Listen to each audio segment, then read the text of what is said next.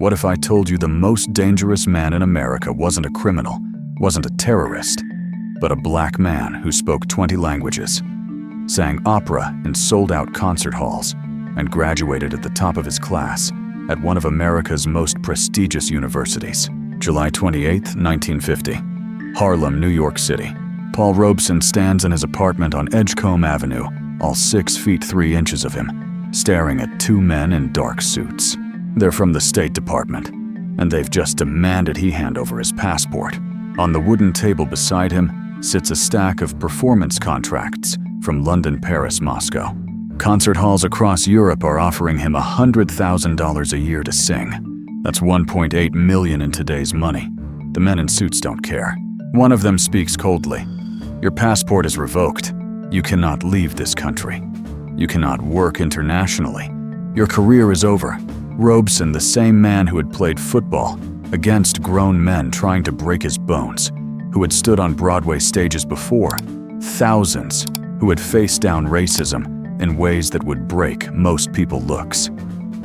These government agents in the eye and says one word: no.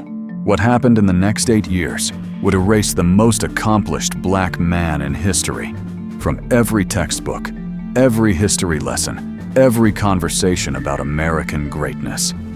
They would turn a man earning more than most white Americans into someone living on $2,000 a year. They would follow him with FBI agents for 30 years. They would destroy concert bookings, cancel recording contracts, and make his name toxic in the country he had represented as an all-American athlete.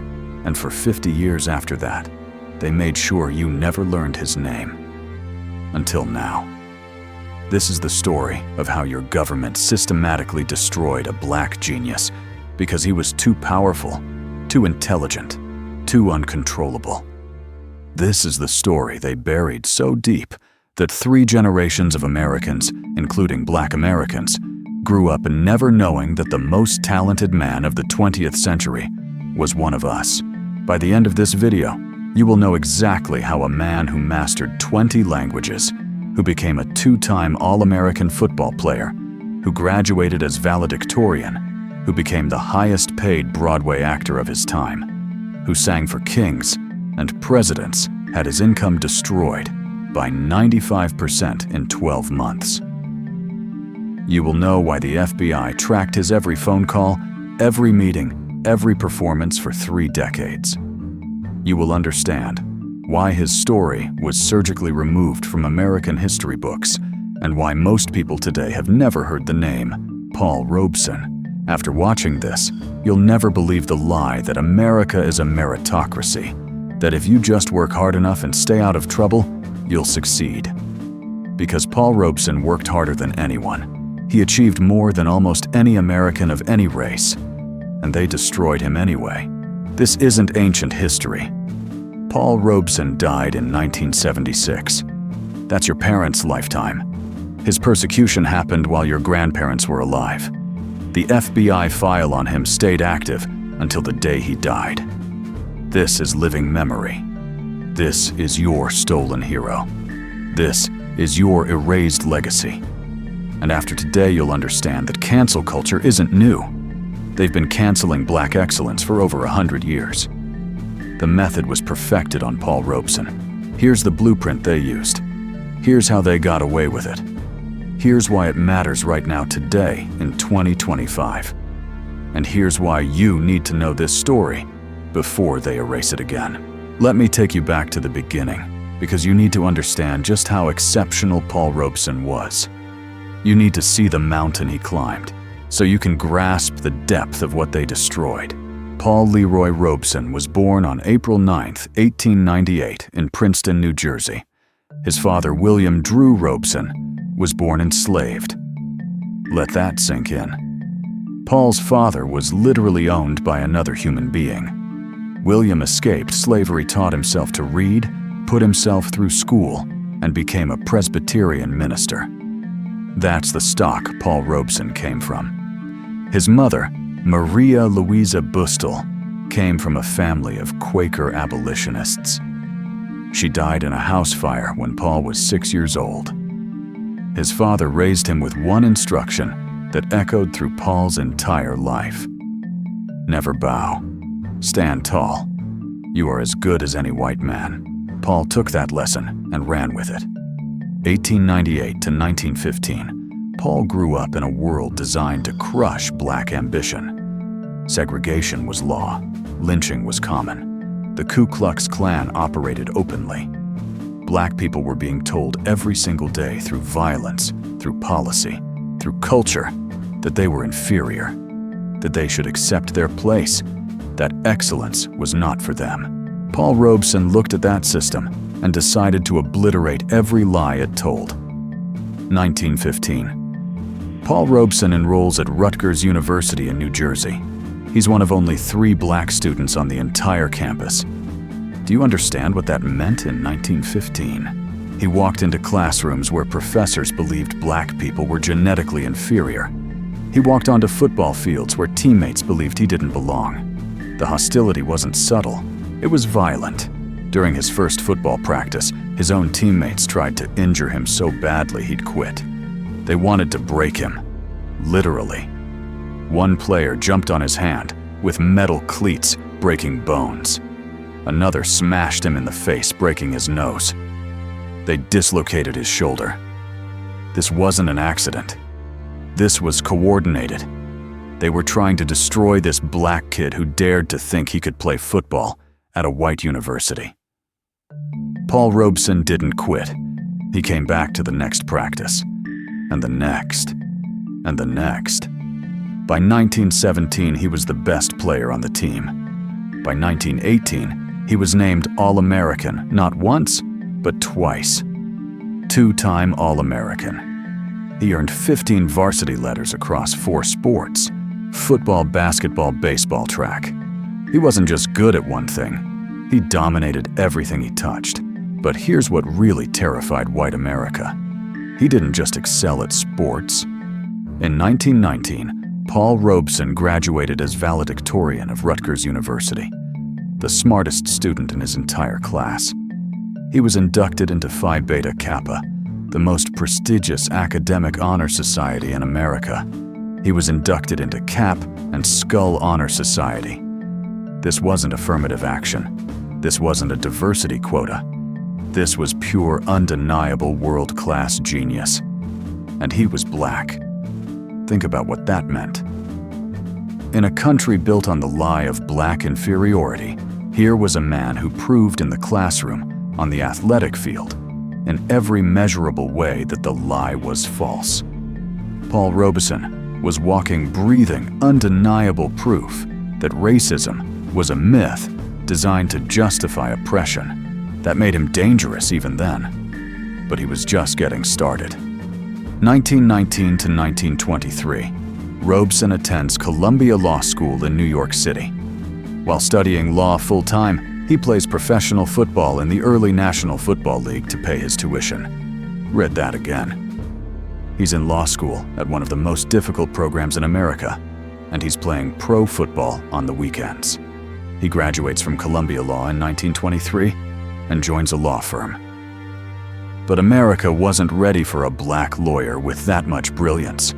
On his first day at the firm, a white secretary refuses to take dictation from him. She looks at this Columbia Law graduate, this all-American athlete, this valedictorian, and tells him she will not work for a black man. The law firm does nothing. Paul Robeson quits. He makes a decision that will change history. If America won't let him practice law, he'll use his other gifts. He turns to theater and music. And that's when the world discovers what Paul Robeson really was. 1924. Paul Robeson stars in a play called All God's Chillin' Got Wings by Eugene O'Neill. The play features an interracial marriage, and white America loses its mind. There are protests, death threats. Newspapers call it an abomination. But Robeson performs anyway. His acting is so powerful, so magnetic, that critics who came to condemn the play leave praising his performance. 1928. He stars in Showboat in London. He sings a song called Old Man River, and it becomes his signature. But here's what most people don't know. Robeson changes the lyrics. The original song has a black man singing, "I'm tired of living and scared of dying." It's a song of defeat, of submission. Robeson refuses to sing it that way. He changes it to, "I must keep fighting until I'm dying." He takes a song written to portray black people as passive and broken and turns it into a freedom anthem. Every time Paul Robeson stepped on a stage, he refused to play the roles Hollywood and white America wanted. He rejected parts that portrayed black people as servants, as savages, as inferior. He said it plainly, "I will not play the stupid fellow or superstitious savage that Hollywood wants." He turned down money, turned down fame, because he refused to participate in his own degradation. By the 1930s, Paul Robeson is an international superstar. He's performing in concert halls across Europe. He's singing in multiple languages: Russian, German, French, Spanish, Yiddish, Chinese, African dialects. 20 languages total. He didn't just learn them to get by. He mastered them so fluently, he could sing complex opera and folk songs in each one. Imagine that. A black man from New Jersey, son of a formerly enslaved father, singing Chinese revolutionary songs in perfect Mandarin to audiences in Beijing. Singing Russian folk songs in flawless Russian to packed crowds in Moscow. Singing Yiddish songs to Jewish audiences in Poland. He didn't just cross racial barriers, he obliterated them. He connected with oppressed people across the entire planet. And everywhere he went, he saw the same system. Colonialism in Africa, fascism in Europe, Jim Crow in America. He began to understand that racism wasn't just an American problem. It was a global system designed to keep wealthy white elites in power and everyone else subjugated. That understanding radicalized him. 1937. Paul Robeson travels to Spain during the Spanish Civil War. He sings for Republican fighters resisting fascist forces. He sees men and women of all races fighting together against tyranny. He realizes that the fight for black liberation in America is connected to anti-colonial struggles. In Africa, anti-fascist movements. In Europe, labor struggles everywhere. He comes back to America with a mission: use his voice, his fame, his platform to fight oppression everywhere. 1940 to 1945. Paul Robeson is at the peak of his career. He's earning $100,000 a year. Adjusted for inflation, that's $1.8 million annually. He's one of the highest paid entertainers in the world. He's more famous in Europe and Africa than almost any white American performer. 1943. He stars in Othello on Broadway. It runs for 296 performances. That is still the longest-running Shakespeare production in Broadway history. No one has broken that record. The play grosses $2.8 million, making it the highest-grossing Broadway production up to that point. Paul Robeson becomes the first black actor to play Othello on Broadway. He wins the first-ever Donaldson Award for Best Actor in a Play. Let me paint the picture for you. Night after night, Paul Robeson walks onto a Broadway stage, a black man playing a Moor in a story about racism, jealousy, and destruction.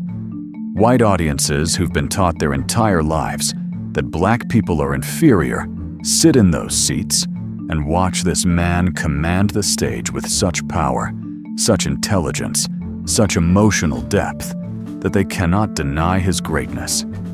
Critics who came skeptical leave calling him one of the greatest actors alive.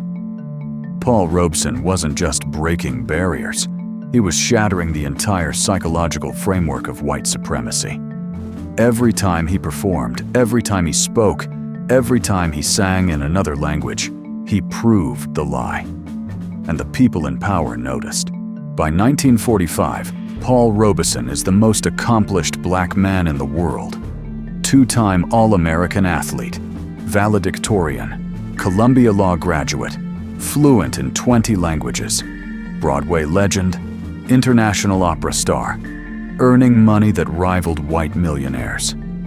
He had everything America says a successful person should want: wealth, fame, respect, influence. But Paul Robeson looked at that success and asked a question that would destroy his life. What good is my success if my people are still oppressed? What good is my wealth if my brothers and sisters are still being lynched? What good is my freedom if millions of black people in America and Africa are still in chains? He decided his success meant nothing unless he used it to fight for liberation. That decision made him the most dangerous man in America, because a poor black man demanding freedom can be ignored. A violent black man can be killed. But a wealthy, famous, internationally respected, brilliant black man demanding freedom, connecting struggles across continents, speaking to millions in their own languages, that kind of man can start a revolution. And the United States government knew it, so they decided to destroy him. April 20th, 1949, Paris, France, the World Peace Congress, an international gathering of artists, intellectuals, and activists calling for peace in the aftermath of World War II. The Soviet Union is one of the sponsors, which immediately makes the event controversial in America because the Cold War is beginning. The United States and USSR are positioning themselves as enemies. The US government wants Americans to fear and hate the Soviet Union. Paul Robeson takes the stage. He's 51 years old at the absolute height of his fame and power. He sings Joe Hill, a ballad about a labor activist executed in America for organizing workers. Then he speaks. What he says in the next few minutes will be twisted, distorted, and used to justify 8 years of persecution. Here's what Paul Robeson actually said word for word. We in America do not forget that it was on the backs of white workers from Europe and on the backs of millions of blacks that the wealth of America was built. And we are resolved to share it equally.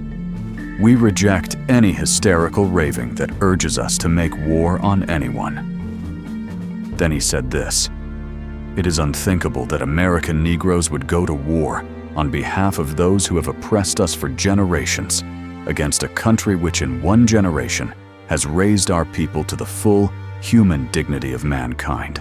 Let me break that down, because this is critical.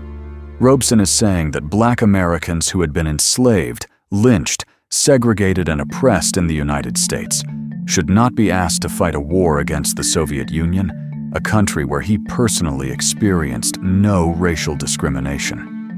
He's saying it's unthinkable, meaning morally absurd, to expect black people to kill on behalf of a country that treats them as subhuman. That's it. That's what he said. But American newspapers didn't report it that way. They twisted his words. Headlines screamed that Robeson said 15 million American Negroes will never fight against the Soviet Union. They made it sound like he was promising a rebellion, like he was commanding black people to refuse military service. Robeson later testified before Congress and clarified, "I did not say that. I said it was unthinkable. But the correction didn't matter. The damage was done. The narrative was set." Paul Robeson had sided with the communists. Paul Robeson was a traitor. White America exploded in fury. Newspapers called for his arrest. Politicians demanded he be silenced. The FBI, which had already been watching Robeson for years, intensified surveillance. But here's what you need to understand. The US government wasn't angry because Robeson said something false. They were terrified because he said something true. Think about it. America in 1949 is Jim Crow America. Black people are being lynched. Segregation is law.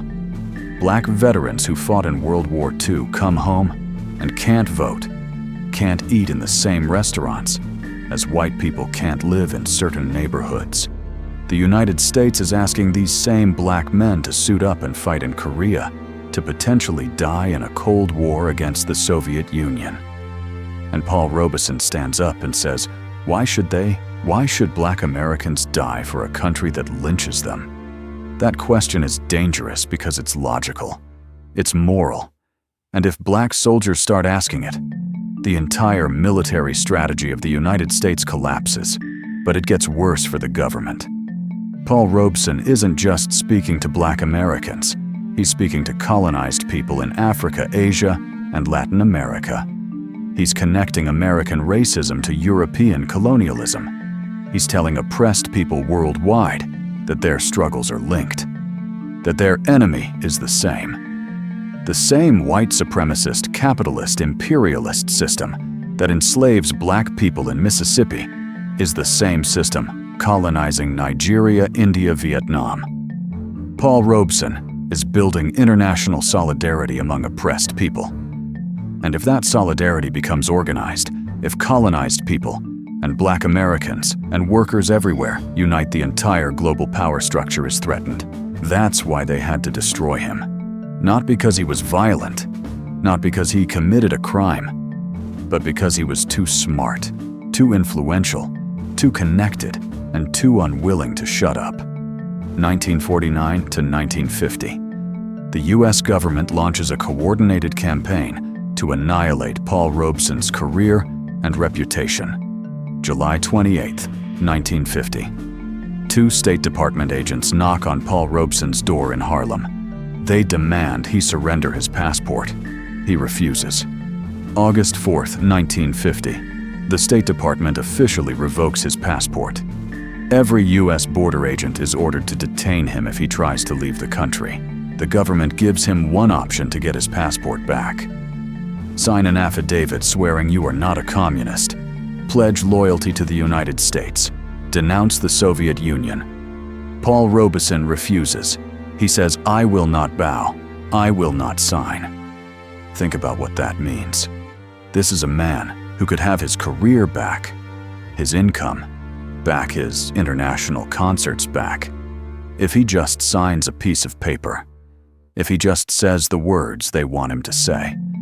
But he refuses because signing that paper means admitting the government has the right to control his thoughts, his speech, his beliefs. Paul Robeson chooses principle over wealth.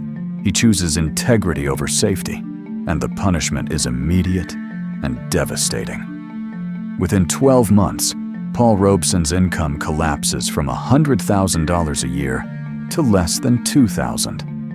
95% of his income is gone. Concert halls in America refuse to book him. The ones that do face bomb threats and boycotts. Recording companies blacklist him. His records are pulled from stores. Radio stations stop playing his music. Hollywood bans him from every film. He can't leave the country to perform internationally because his passport is revoked. All those contracts in Europe, all those concert halls willing to pay him, he can't fulfill a single one.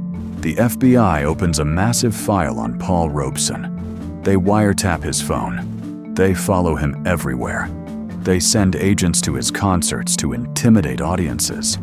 They infiltrate his organizations. They pressure his friends to abandon him. They create a network of informants to report his every move.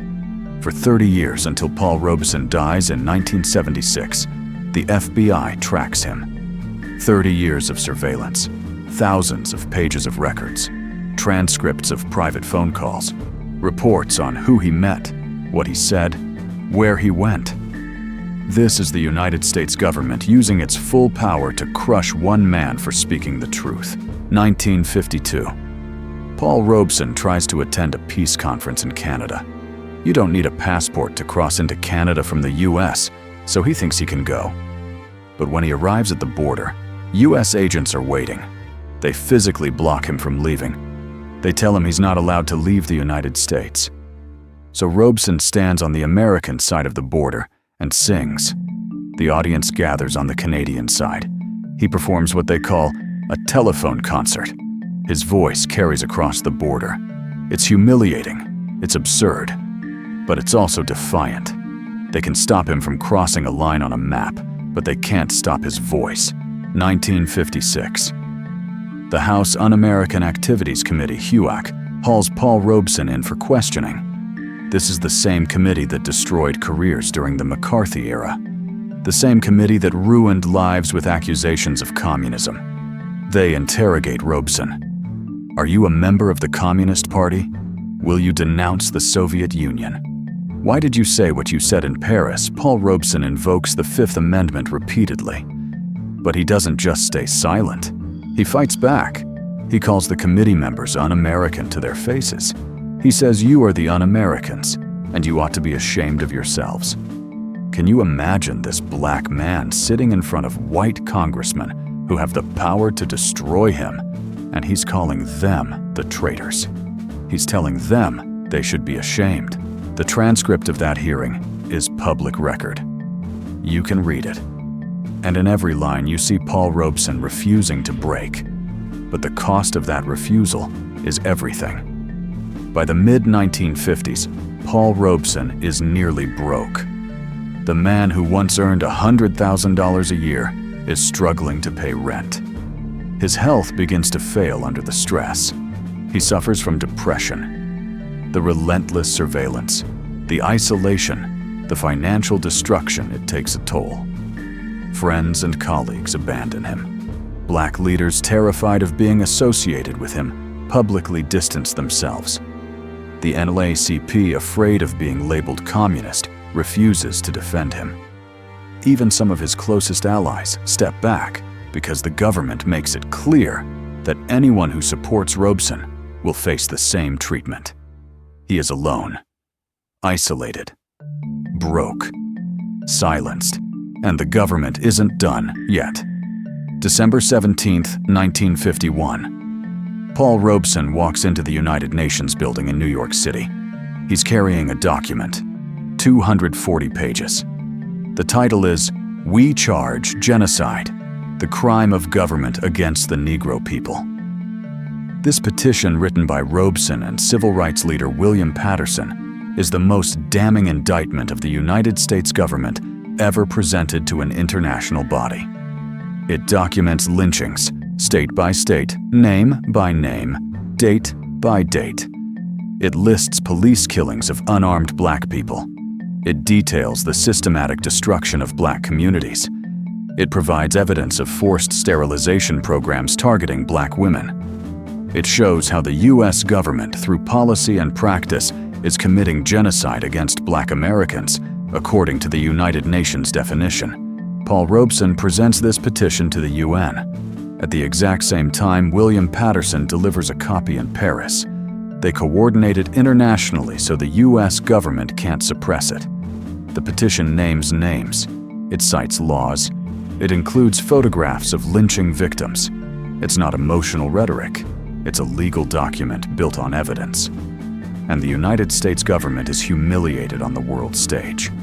Think about the timing. This is 1951. The U.S. is positioning itself as the defender of freedom and democracy against Soviet tyranny.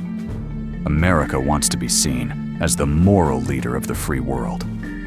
And here's Paul Robeson standing in front of international representatives, presenting documented proof that America is systematically murdering its black citizens. The U.S. government is furious, not because the petition is false, but because it's true. And now the whole world is watching. This is why Paul Robeson's passport stays revoked for 8 years. Not because he's a security threat, but because he embarrassed the United States in front of the entire world. Because he told the truth, and the truth made America look like exactly what it was. A white supremacist nation built on black oppression. But Robeson doesn't stop there. He uses his platform to support African independence movements. He's in contact with leaders like Kwame Nkrumah in Ghana and Jomo Kenyatta in Kenya. He speaks publicly about the need to end colonialism in Africa. He co-founds the Council on African Affairs, the first major American organization dedicated to African liberation. Paul Robeson tells audiences, colonial peoples, the colored peoples of the world, are going to be free, no matter whose best interests are in the way. Do you understand what he's doing? He's connecting the dots. He's telling black Americans that their fight is the same as the fight in South Africa against apartheid, the same as the fight in Kenya against British colonialism, the same as the fight in Vietnam against French imperialism. He's building a global coalition of oppressed people. And if that coalition succeeds, the entire Western Empire collapses. The US government knows this. European governments know this. And they make a decision. Paul Robeson must be silenced at all costs. So they don't just take his passport. They don't just destroy his income. They systematically erase him from history. Here's how they did it. Here's the blueprint they used to make sure you never learned Paul Robeson's name. Step 1. Physical destruction of his career. We've covered some of this, but let me show you how coordinated it was. August and September, 1949. Peekskill, New York. Paul Robeson is scheduled to perform an outdoor concert. It's a benefit for the Civil Rights Congress. Thousands of people plan to attend. Before the concert even starts, a white mob attacks. Hundreds of men, many of them military veterans, show up with baseball bats, rocks, and clubs. They burn a cross. They overturn cars. They beat concert-goers as they arrive. They're chanting, "We're Hitler's boys." They're literally identifying as Nazis, and they're attacking people coming to hear Paul Robeson sing. The concert is canceled. The violence is so intense that organizers fear for people's lives. 1 week later, they reschedule. September 4th, 1949. This time, they're prepared. Trade unions send members to form a human barrier around the concert site. 1,500 men, many of them World War II veterans, create a protective ring. Paul Robeson performs, surrounded by bodyguards. The concert happens. 20,000 people attend. Robeson sings. And when it's over, the white mob is waiting. As concert-goers leave the mob attacks, they line the roads and throw rocks through car windows. They drag people out of vehicles and beat them. Women, children, elderly people. Doesn't matter. Police stand by and watch. In some cases, police join the mob. Over 100 people are injured, some seriously.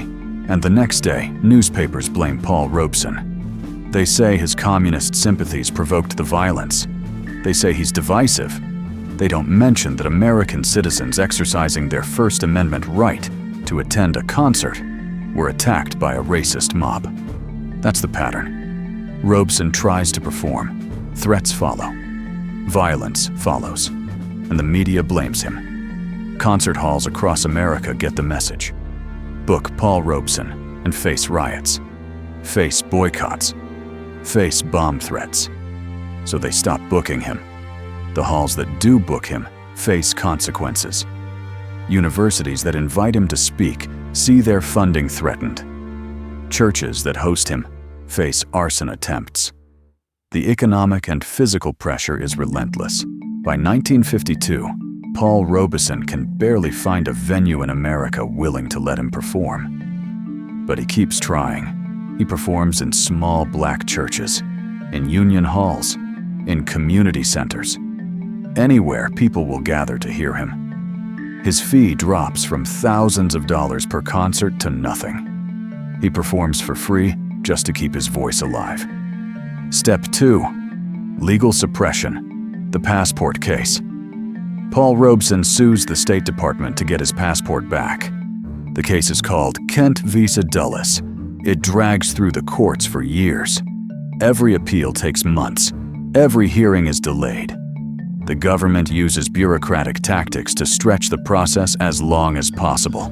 August 16th, 1955. Robeson loses his initial appeal. The court rules that the government has the right to deny passports to people suspected of being communists. Suspected. Not proven. Suspected. Paul Robeson is never charged with a crime. He's never convicted of anything. But the government can still restrict his movement based on suspicion. 3 more years pass. 3 more years of legal battles. 3 more years of Robeson unable to travel, unable to work, watching his career dissolve. June 1958. The Supreme Court finally rules in Kent versus Dulles. The decision says the State Department's passport restrictions are unconstitutional. The government cannot deny someone the right to travel based on their political beliefs. Paul Robeson gets his passport back, 8 years after it was taken. He's 60 years old. His health is failing. His finances are destroyed. But he finally has the right to travel again. 8 years stolen. And here's what makes it worse. The State Department knew the restrictions were unconstitutional the whole time. They just didn't care. They used illegal tactics to keep Robeson trapped, knowing that by the time the courts ruled in his favor, his career would already be over. And they were right. Step 3. Educational erasure. This is the most insidious part. Starting in the 1950s, Paul Robeson's name is systematically removed from American textbooks. Sports history books that covered college football start omitting his All-American achievements. Theater history books that mentioned Broadway records either delete the Othello run or mention it without naming him. Civil rights history focuses exclusively on Martin Luther King Jr., Rosa Parks, and Malcolm X. Paul Robeson, who fought for civil rights decades before the 1960s movement, disappears. Universities stop teaching about him. Rutgers, his own alma mater, downplays his legacy for decades. The university that once celebrated him as its greatest athlete and scholar acts like he barely existed. Scholars who try to study Robeson face obstacles. Access to his papers is restricted. Archives are closed. When researchers do publish work on him, it's marginalized. Academic journals reject articles. University presses refuse to publish books. The erasure is so complete that by the 1970s and 80s, most Americans under 40 have never heard of Paul Robeson. Students graduate from high school and college without learning that the longest-running Shakespeare production in Broadway history starred a black man, without knowing that one of the greatest athletes in American history was black, without understanding that one of the most brilliant intellectuals of the 20th century was black. 3 generations grow up ignorant. And that ignorance is intentional. When you don't know your history, you can't learn from it. When you don't know your heroes, you can't be inspired by them. When you don't know what was stolen, you can't demand it back. That's why they erased Paul Robeson. Because if young black people in the 1960s knew that a black man had stood up to the US government in the 1950s and refused to break, they might get ideas. They might realize that resistance is possible, that defiance is powerful, that you don't have to accept oppression quietly. So they buried him. They buried his name, his story, his legacy. Step 4. Media manipulation. We've touched on this, but let me show you how deliberate it was. When Paul Robeson spoke at the Paris Peace Congress in 1949, American newspapers twisted his words. They reported that he said, "Black Americans would never fight against the Soviet Union," which wasn't accurate. When he corrected the record, the corrections received minimal coverage. The lie spread. The truth stayed hidden. When Robeson appeared before the House Un-American Activities Committee in 1956, newspapers reported that he took the Fifth Amendment, which was true, but they framed it as an admission of guilt. They didn't report his defiant statements. They didn't mention that he called the committee un-American. They made him look guilty and evasive instead of principled and courageous. When the Supreme Court ruled in his favor in 1958 and returned his passport, the coverage was minimal. A small article buried on page 12. No celebration of his victory. No acknowledgement that the government had violated his rights for 8 years. And when Paul Robeson died on January 23, 1976, the obituaries were shockingly brief. The New York Times, the paper of record, called him a recluse. They made it sound like he had withdrawn from public life by choice, not because the government had destroyed his career and surveilled him into isolation. They didn't call him a victim of government persecution. They called him reclusive.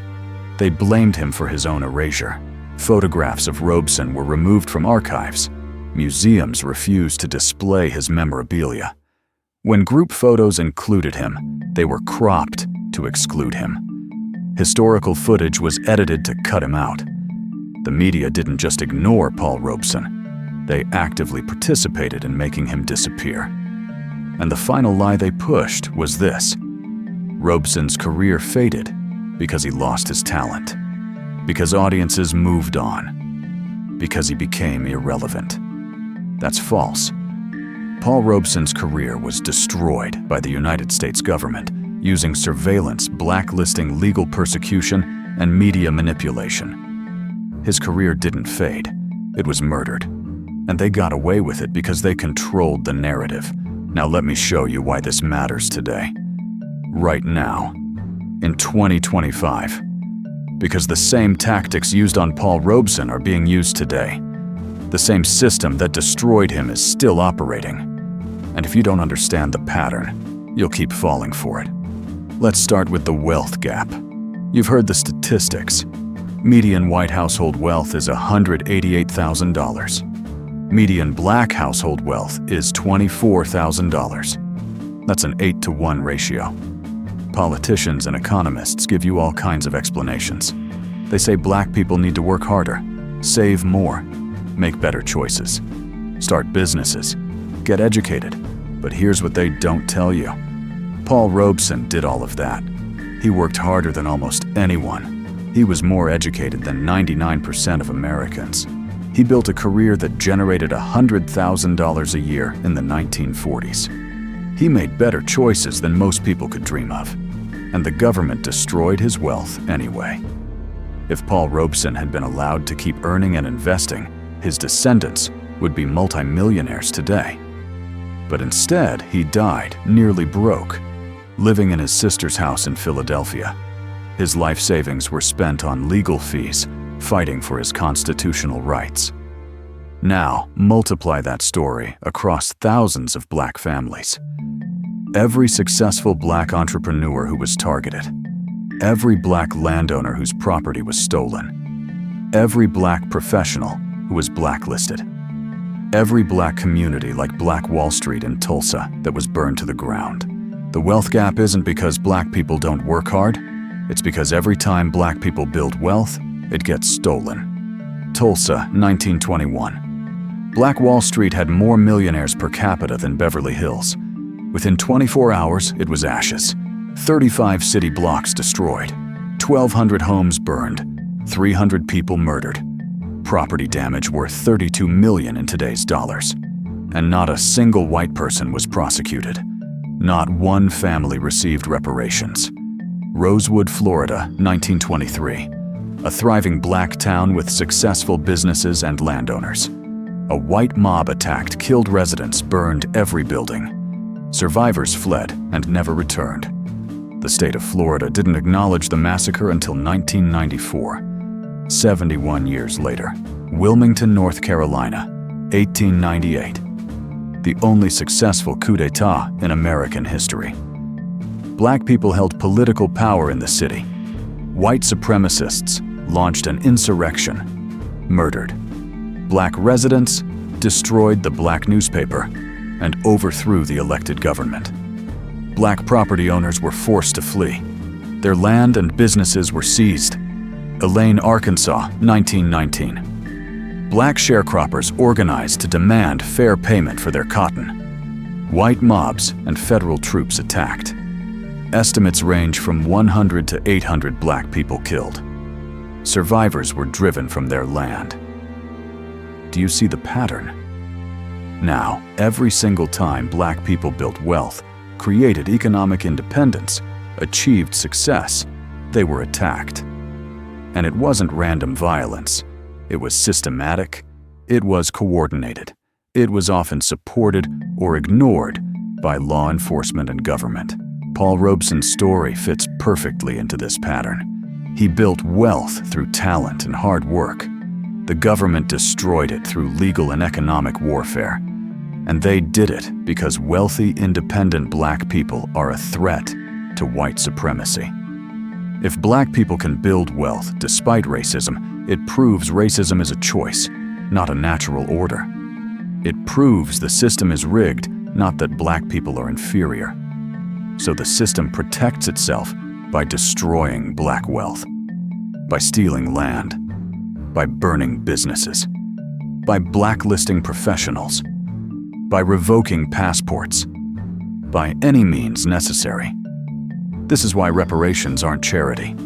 They're stolen property return. The wealth gap exists because of theft, not because of failure.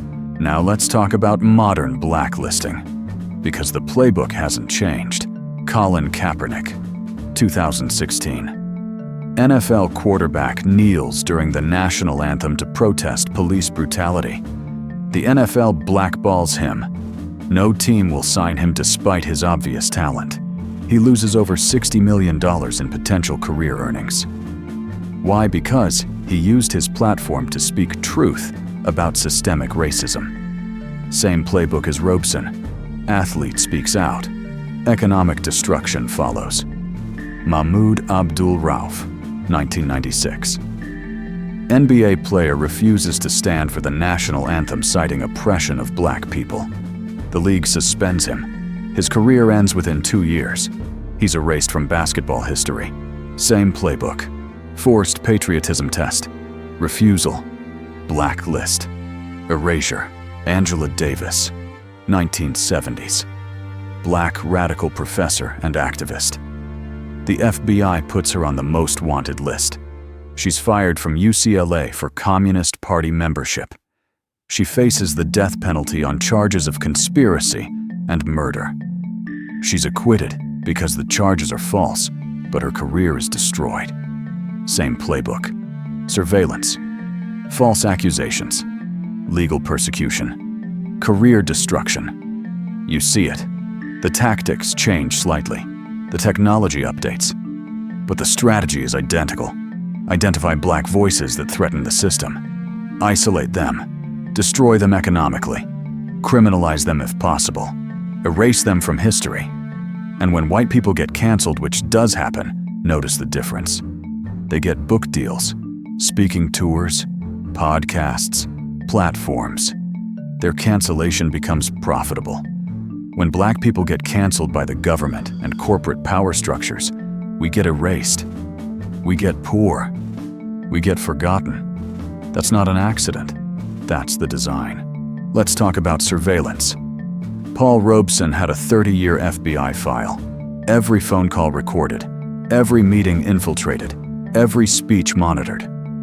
Today, black activists face the same thing with better technology. Facial recognition software disproportionately targets black neighborhoods. Police use social media monitoring to track black organizers. The NSA surveillance apparatus revealed by Edward Snowden disproportionately impacts communities of color. The technology changed, the targeting didn't. Let's talk about media manipulation. In Robeson's time, newspapers twisted his words and buried his achievements. Today, media portrays black victims of police violence as thugs and criminals. They dig up old photos to make victims look threatening. They report on past mistakes to justify murder. When black people protest, media calls it rioting.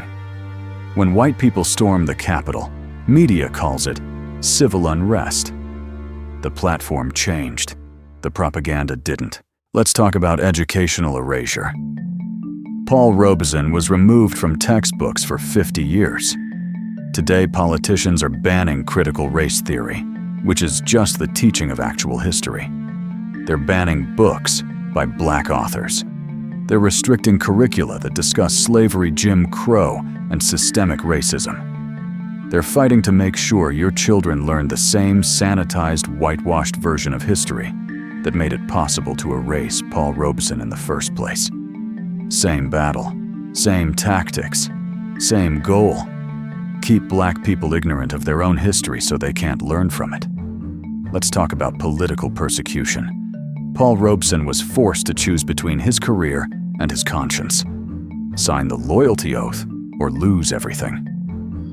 Today, voter suppression laws disproportionately impact black communities. Gerrymandering dilutes black political power. Felony disenfranchisement a direct descendant of Jim Crow laws, strips voting rights from millions of black people. Robeson couldn't travel. We can't vote. Different method. Same result. Political disempowerment. Here's why they fear us. Paul Robeson proved that when a black person combines excellence, political consciousness, and global solidarity, they become unstoppable. He was brilliant, so they couldn't dismiss him as ignorant. He was internationally famous, so they couldn't control the narrative. He connected struggles across continents, so he couldn't be isolated. That combination is the greatest threat to white supremacy. So the system works to prevent it. They create educational inequality to prevent excellence. They erase history to prevent consciousness. They promote division to prevent solidarity. But here's what they can't stop. We're still here. We're still fighting. We're still rising. Paul Robeson lost everything and never bowed. We carry that same spirit, that same refusal, that same fire. They buried his story for 50 years. But you're hearing it now. That means the erasure failed. That means resistance works. That means truth survives. Let me tell you who you really are. Because the lies have been told so long, you might have started believing them. You are not victims of unfortunate circumstances. You are survivors of intentional, systematic, government-sponsored destruction. Listen to those words. The poverty you see in black communities isn't an accident. It's the result of calculated policy. The lack of generational wealth isn't because your ancestors were lazy. It's because their wealth was stolen. Your ancestor could have been Paul Robeson, valedictorian, all-American, Broadway legend, fluent in 20 languages. Your grandmother could have been the next Robeson. But she was denied education, denied opportunities, denied the passport to travel, denied the right to build. Your poverty isn't your fault. It was stolen. And that brilliance Paul Robeson had. That's in you. He spoke 20 languages. You have that capacity. He defied the FBI for 30 years. You have that courage. He stood before Congress and called them fascists to their faces. You have that fire. He lost everything and never bowed. You have that strength. That's not metaphor. That's genetics. That's heritage. That's legacy. You are descendants of people who survived the Middle Passage. Do you understand what that means? Millions died in those ships, but your ancestors survived. They survived conditions designed to kill them: starvation, disease, brutality, despair. And they lived. Why random chance number divine purpose, supernatural strength, unbreakable will? You are descendants of people who survived 250 years of slavery, generations of families torn apart, children sold away from mothers, wives separated from husbands, people worked to death in fields, beaten, raped, tortured, and they survived. You are descendants of people who survived Reconstruction, who built schools and businesses and communities from nothing, who elected black officials and created black prosperity. And when white supremacists launched terrorism to destroy it, your ancestors survived that too. You are descendants of people who survived Jim Crow, lynchings, segregation, disenfranchisement, economic oppression, and still built Black Wall Street, still created Harlem Renaissance, still produced Paul Robeson. You are descendants of warriors, not victims. Warriors. Paul Robeson's family was enslaved. 1 generation later, he's valedictorian at Rutgers. 2 generations later, he's the most accomplished performer in the world. That's your bloodline. That's what runs in your veins. They tried to break your great-great-grandparents in chains. Failed. They tried to break Paul Robeson with FBI surveillance. Failed. They will not break you, because you are the sum of every ancestor who survived. Their strength isn't divided among descendants, it's multiplied. Every generation that survived added to the power. Every ancestor who resisted passed down the fire. You carry all of it, all the strength, all the resistance, all the refusal to break. And here's what that means. When you speak truth to power, you are Paul Robeson. When you refuse to bow to injustice, you are Paul Robeson. When you demand what's owed, you are Paul Robeson. His voice was silenced. Yours isn't. He was buried for 50 years. You're resurrecting his story right now. From slave ships to Harlem to your living room, the resistance never stopped. It flows through you. It lives in you. And it will not be stopped. Now let me tell you about your stolen inheritance. If Tulsa hadn't been burned, those families would be billionaires today. Generational wealth compounding over 100 years, property values increasing, businesses expanding, investments growing. But it was stolen, burned, destroyed. If Paul Robeson's career hadn't been destroyed, his family would have generational wealth. $100,000 a year in 1945, invested and compounded, would be worth tens of millions today. But it was stolen, blacklisted, confiscated through legal fees. If redlining hadn't prevented black families from buying homes in appreciating neighborhoods, if the GI Bill hadn't been denied to black veterans, if contract buying hadn't stripped equity from black homeowners, the wealth gap wouldn't exist. But all of that was policy. Intentional, systematic, theft. Every dollar you don't have is a dollar they stole from your ancestors. Every opportunity you missed is an opportunity they destroyed. Every struggle you face is the result of their oppression. This isn't about making you angry, though you should be angry. This is about making you understand. The system isn't broken. It's working exactly as designed. It's designed to keep you poor, to keep you powerless, to keep you ignorant of your own history so you don't know what was taken. But now you know. Now you understand. Now you can demand what's owed.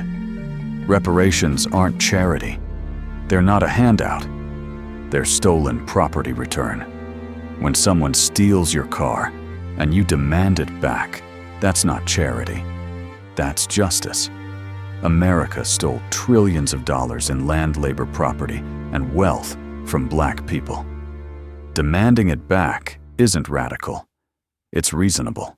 And when they say slavery was a long time ago, remind them. Tulsa was 1921, your grandparents' lifetime. Redlining ended in 1968, your parents' lifetime. Paul Robeson's persecution happened in the 1950s. Living memory. The theft is ongoing. Mass incarceration is modern slavery. Gentrification is modern land theft. Police brutality is modern terrorism. The theft never stopped. It just got more sophisticated. So when you demand reparations, you're not demanding payment for ancient wrongs. You're demanding payment for current ongoing theft, and you have every right to demand it. If this truth hit you, if you never learned about Paul Robeson in school, if you're realizing right now how much history has been hidden from you, I need you to do something. Comment the word Robeson below. Let me see how many people are hearing this story for the first time. Hit that like button if you're tired of the lies. If you're done with the sanitized, whitewashed version of history they taught you. If you're ready to learn the truth, and share this video. Send it to someone who needs to know, especially young people, especially kids who think they're getting real history in school. They're not. They're getting propaganda. And this video is the antidote. This isn't about dwelling on the past. This is about understanding the present. You can't fix what you don't understand. You can't demand justice if you don't know what was stolen. Paul Robeson's story is your story. His stolen wealth is your stolen inheritance. His erasure is your erasure. They spent 50 years burying this. We have to spend the next 50 shouting it. Every share is an act of resistance. Every comment is a resurrection. Let's make sure Paul Robeson never disappears again. Now keep watching. Because I'm about to show you the spiritual dimension of this. Why God preserved this story. Why you're hearing it today. Why this isn't coincidence, it's divine appointment. Think about this. God brought your ancestors through the Middle Passage. Millions died in those ships, but your ancestors survived. Why God brought them through 250 years of slavery. Families destroyed bodies, broken spirits, tested beyond imagination. But they survived. Why God protected Paul Robeson through 30 years of FBI terror, surveillance threats, economic destruction, isolation. He could have been killed.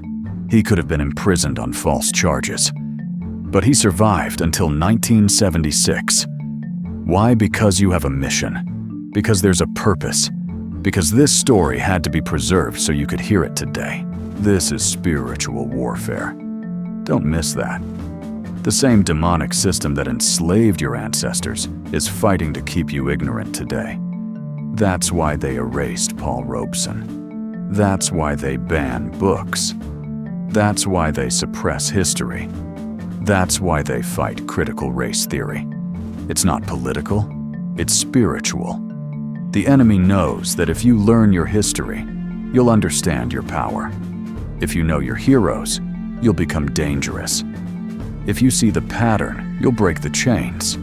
So the enemy fights to keep you blind, to keep you weak, to keep you believing the lie that you're inferior, that your poverty is your fault, that you should accept your place.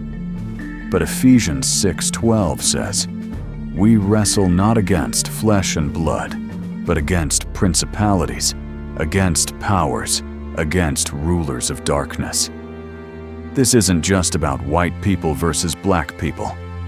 This is about a spiritual system of oppression that uses race as a weapon. Your weapon is truth. Your shield is history.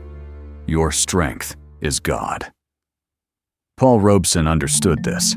He said the same God who freed the Israelites from Egypt will free black people from oppression. He connected his fight to biblical justice. He saw himself as part of a divine plan. And he was right. Because here you are, decades after his death, hearing his story. That's not accident. That's providence. That's God making sure the truth survives, even when men try to bury it. You were born for such a time as this. Like Esther, positioned in the kingdom for a purpose. Like Daniel, thrown into the lion's den of racism, but protected by divine power. Like Joseph, sold into slavery by his brothers, but elevated by God to save nations. Your life is not random. Your struggle is not meaningless. You are part of a multi-generational fight for liberation. And every ancestor who came before you is watching. Every ancestor who survived the ship, who survived the whip, who survived the noose, who survived Jim Crow, they're watching you. What will you do with the truth you now have? Will you stay silent? Will you let them erase Paul Robeson again? Or will you speak? Will you share? Will you teach your children? Because that's your mission. To reveal the truth they buried. To demand the justice they denied. To reclaim the wealth they stole. To resurrect the heroes they erased. To pass this story to your children so they can never erase us again. This is your inheritance. Not poverty, not oppression, but truth, power, purpose. Paul Robeson said, "I will walk in full human dignity, or I will not walk at all." That's your standard now. Full dignity, full humanity, full freedom, nothing less. Walk in that confidence today. You are chosen. You are protected. You are unstoppable. The same God who kept Robeson alive through government persecution will keep you. The same God who restored his passport after 8 years will restore your stolen wealth. The same God who preserved his story will preserve yours. You are not alone in this fight. You have ancestors backing you. You have God guiding you. You have truth empowering you. And you have a responsibility. To everyone who came before, to everyone who will come after, to speak, to resist, to remember. They tried to erase Paul Robeson. We're speaking his name today. They tried to erase your history. You're learning it now. They tried to break your spirit. But you're still standing. That's victory. That's resistance. That's power. Before we close, I need you to do something. Subscribe to this channel right now. We're not stopping with Paul Robeson. We're exposing hundreds more stories like this. Heroes they erased, wealth they stole, truth they buried. Hit that notification bell so you never miss when we drop the next resurrection. Because every video is an act of historical justice. Every story we tell is a name restored. Every truth we reveal is a lie destroyed. Tell your children about Paul Robeson tonight. Put his name in their ears. Show them his picture. Play Old Man River for them. Let them hear his voice, powerful and defiant, singing, "I must keep fighting until I'm dying." Don't let another generation grow up not knowing the most accomplished black man of the 20th century. Don't let his erasure continue. You are the keeper of this story now. You are the vessel through which his legacy lives. Look up Paul Robeson's speeches on YouTube. Hear his actual voice. Listen to him testify before Congress. Watch him refuse to break. Read We Charge Genocide, the petition he presented to the United Nations. See the documented proof of American genocide against black people. Research the Council on African Affairs. Understand how Robeson fought for African liberation before it was popular. See how he connected struggles globally. Find his version of Old Man River, the one where he changed the lyrics to fight back. Listen to how he turned a song of defeat into an anthem of resistance. This isn't optional. This is survival. Because they can erase us from textbooks, but they can't erase us from each other. As long as we tell the stories the ancestors live. As long as we speak the names the heroes survive. As long as we teach the truth, the lies lose power. This isn't revenge. This is restoration. This isn't radical. This is truth. This isn't optional. This is necessary. Remember, they can destroy careers. They can revoke passports. They can blacklist and surveil and persecute. But they cannot kill truth. They cannot stop history. They cannot break the unbreakable spirit of a people who refuse to bow. Paul Robeson proved that. Your ancestors proved that. And you're proving it right now by watching this, by learning this, by refusing to stay ignorant. Never forget, never forgive the system that did this, and never stop demanding what's ours. Let us pray. Father God, we thank you for preserving the story of Paul Leroy Robeson. We thank you for his courage to stand before the United States Congress and say, "You are the un-Americans." We thank you for his refusal to bow, even when they took his passport, his income, his career, his freedom. We thank you that his voice, though silenced for 50 years, roars again today. We pray for justice for Paul Robeson, for the 8 years they stole from him, for the wealth they destroyed, for the millions of people who never heard his name because history books erased him. We pray for restoration of what was stolen from us, the businesses burned in Tulsa and Rosewood and Wilmington, the wealth confiscated through redlining and contract buying and discriminatory policy, the heroes erased from textbooks and memory, the history buried under lies. We pray for awakening of your people, that every black child would know you are descendants of genius, that every black adult would understand your poverty was planned, your struggle was designed, your oppression was systematic, that every black elder would declare, "We will not be erased again." Bless those who seek truth in a world built on lies. Strengthen those who resist erasure. Vindicate the memory of our ancestors, from Paul Robeson to Marcus Garvey, to Harriet Tubman, to every unnamed warrior who fought and died for freedom. Give us courage to demand what is ours.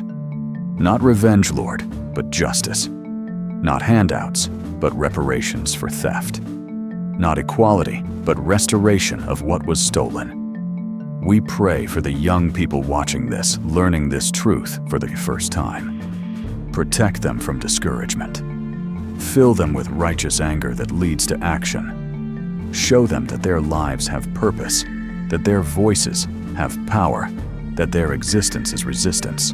We pray for healing, for the generational trauma carried in our bodies, for the pain of knowing what was done to our ancestors, for the rage of seeing it continue today. Turn that pain into power. Turn that rage into revolution. Turn that trauma into transformation. And we thank you, God, that you are a God of justice, that you see every tear, that you record every injustice, that you promise, vengeance is mine, I will repay. We trust you for that. We trust you for vindication. We trust you for restoration. In the meantime, we will walk in full human dignity. We will speak truth to power. We will demand what is owed. We will teach our children. We will resurrect our heroes. We will never bow. In Jesus' mighty name, amen. Paul Robeson, April 9th, 1898 to January 23rd, 1976. Valedictorian, two-time All-American, polyglot, Columbia Law graduate, Broadway legend, revolutionary, erased for 50 years, resurrected today. Walk in truth. Demand justice. You are free. Until next time, learn your history, teach your children, and never let them erase us again. Peace.